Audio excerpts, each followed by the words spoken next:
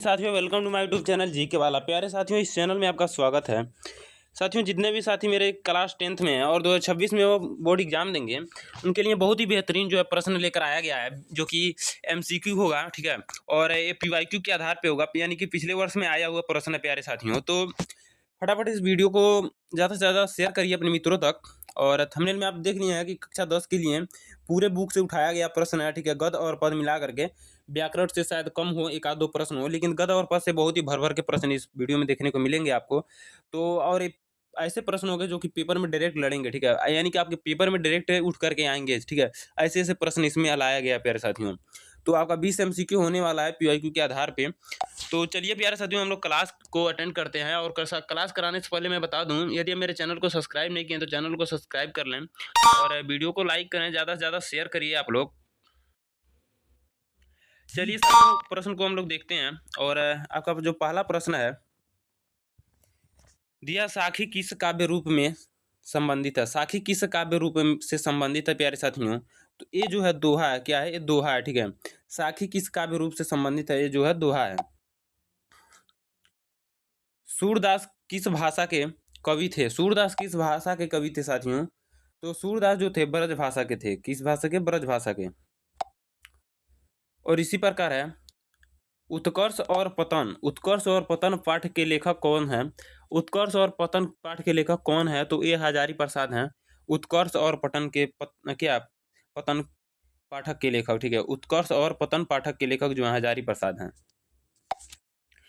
और इसी प्रकार है अटल बिहारी वाजपेयी का चयन किस पाठ में किया गया? अटल बिहारी वाजपेयी का चयन किस पाठ में किया गया? आपको बताना है प्यारे साथियों।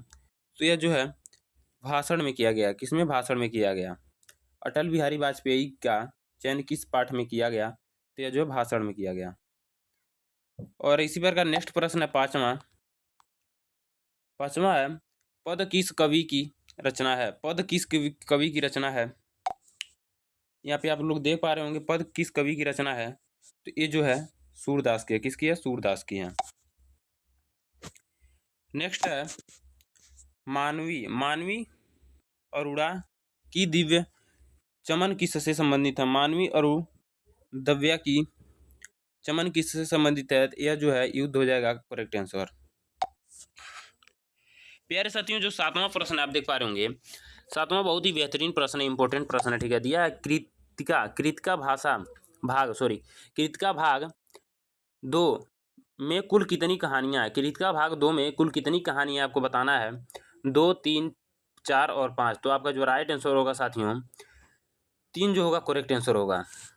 और इसी प्रकार जो है दिया है साना साना हाथ जोड़ी पाठ के लेखक। बहुत ही बेहतरीन है साथियों, अपने कॉपी में इंपोर्टेंट कर लीजिएगा, नोट डाउन कर लीजिए कॉपी में, नेक्स्ट एग्जाम में आपके आने वाला है। साना हाथ जोड़ी पाठ के लेखक कौन है? तो ये जो है क्या है? मनुत्री भंडारी है। कौन है? मनुत्री भंडारी है। जो करेक्ट आंसर होगा मनुत्री भंडारी होगा। बी ऑप्शन राइट होगा। प्यारे साथियों, इसी प्रकार जो नेक्स्ट प्रश्न है हिटलर और संतोषी किसकी रचना है? हिटलर और संतोषी किसकी रचना है? तो ये जो हजारी प्रसाद क्या है? हरिशंकर परसाई का है। क्या है? हरिशंकर परसाई का। हरिशंकर परसाई का करेक्ट आंसर है साथियों। और साथियों इसी प्रकार नेक्स्ट प्रश्न है दिया है उत्साह कविता किसकी रचना है? तो उत्साह कविता किसकी रचना साथियों? उत्साह कविता किसकी रचना है? तो ये जो है रामधारी सिंह दिनकर की है। किसकी है? रामधारी सिंह दिनकर ही है। और प्यारे साथियों इसी प्रकार जो नेक्स्ट प्रश्न है जन्मभूमि किसकी कविता है? तो जन्मभूमि किसकी कविता है? तो यहाँ पे सूर्य क्या है? सुमित्रानंद पंत जी का है। सुमित्रानंद पंत जी का है।